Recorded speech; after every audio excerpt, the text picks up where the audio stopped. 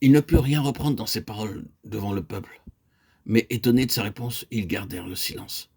Luc 20, 26. Nous lisons dans Ésaïe 11, 2 à 5, l'Esprit de l'Éternel reposera sur lui, esprit de sagesse et d'intelligence, esprit de conseil et de force, esprit de connaissance et de crainte de l'Éternel. Il respirera la crainte de l'Éternel.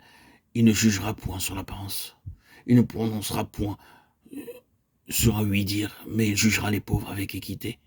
Et il prononcera avec droiture un jugement sur les malheureux de la terre. Il frappera la terre de sa parole comme d'une verge et du souffle de ses lèvres, il fera mourir le méchant. La justice sera la ceinture de ses flancs et la fidélité la ceinture de ses reins. C'est la quatrième œuvre du Saint-Esprit dans la vie du Seigneur Jésus-Christ, une parfaite sagesse. Chaque parole qu'il prononçait était pleine d'autorité et de puissance.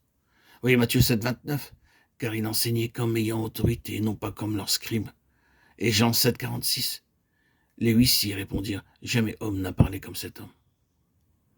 Cinquièmement, dans Ésaïe 42, 1 à 4, nous lisons, voici mon serviteur que je soutiendrai, mon élu, en qui mon âme prend plaisir. J'ai mis mon esprit sur lui. Il annoncera la justice aux nations, il ne criera point, il n'élèvera point la voix, et ne la fera point entendre dans les rues. Il ne brisera point le roseau cassé, et il ne n'éteindra point la mèche qui brûle encore. Il annoncera la justice selon la vérité, et il ne se découragera point, et ne se relâchera point jusqu'à ce qu'il ait établi la justice sur la terre. Voyez le verset 2. Il ne criera point, il n'élèvera point la voix, et ne la fera point entendre dans les rues. Mais par l'amour, la bonté et la vérité, il a voulu gagner le monde. Et on lui remit le livre du prophète Ésaïe. L'ayant déroulé, il trouva l'endroit où il était écrit « L'Esprit du Seigneur est sur moi, parce qu'il m'a oint pour annoncer une bonne nouvelle aux pauvres. » Luc 4, 17, 18.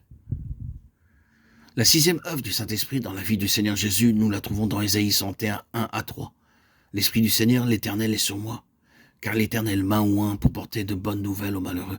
Il m'a envoyé pour guérir ceux qui ont le cœur brisé, pour proclamer aux captifs la liberté et aux prisonniers la délivrance, pour publier une année de grâce de l'Éternel et un jour de vengeance de notre Dieu, pour consoler tous les affligés, pour accorder aux affligés de Sion, pour leur donner un diadème au lieu de la cendre, une huile de joie au lieu du deuil, un vêtement de louange au lieu d'un esprit abattu, afin qu'on les appelle des térébintes de la justice, une plantation de l'Éternel pour servir à sa gloire. » Le même passage fut cité par le Seigneur lorsqu'il entra pour la première fois dans la synagogue de Capharnaüm après son baptême. Lisez aussi Luc 7, 21, 22. Alors même Jésus guérit plusieurs personnes de maladies, d'infirmités et d'esprits malins, et il rendit la vue à plusieurs aveugles. Et il leur répondit, allez rapporter à Jean ce que vous avez vu et entendu. Les aveugles voient, les boiteux marchent, les lépreux sont purifiés, les sourds entendent, les morts ressuscitent. La bonne nouvelle est annoncée aux pauvres. Enfin, Romains 1,4 montre la septième œuvre du Saint-Esprit dans la vie du Seigneur Jésus. Déclaré fils de Dieu avec puissance selon l'Esprit de sainteté par sa résurrection d'entre les morts, il ressuscita des morts par l'Esprit de sainteté. Maintenant que nous avons vu la septuple œuvre du Saint-Esprit dans la vie du Seigneur Jésus-Christ, nous avons le secret en entier. Nous ne pouvons avoir la plénitude du Saint-Esprit sans satisfaire des principes divins. Tout ce que Dieu fait, il le fait d'après des lois divines immuables.